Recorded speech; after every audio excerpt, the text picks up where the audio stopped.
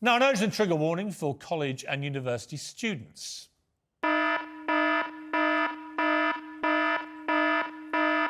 I made clear when we launched this show, Piers Morgan Uncensored is a free speech event. Over the next hour, you may encounter opinions you don't agree with. It might have already happened. You might be watching me now and vehemently disagreeing with me. Well, guess what? That's the real world. So get used to it.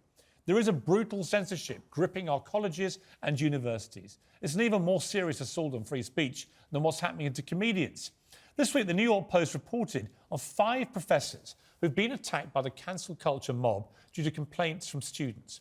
One philosophy professor was barred from teaching his course after students complained about him using offensive language in a course about the use of offensive language. Think about that. This is how ridiculous it's all getting. I applaud those professors for speaking out, at greater risk again to their careers. But what kind of kids are we raising through our colleges if they're only allowed to hear one opinion? These aren't isolated cases. It's a global sensitivity scourge caused by simpering snowflake students who think they're entitled to their opinions and they can silence, shame and cancel anyone who has opinions that don't conform to their narrow woke worldview.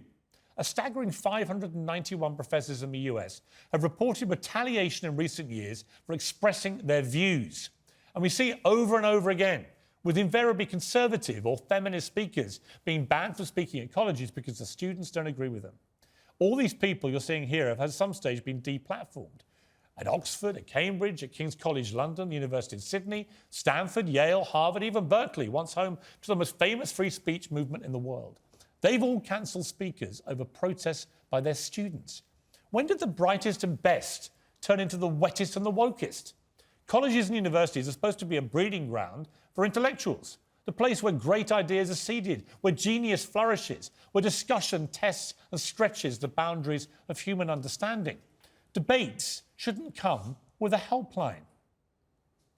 If you get to the end of higher education and you haven't heard an idea you didn't already agree with, you've wasted your time and money. That's the whole point of going there.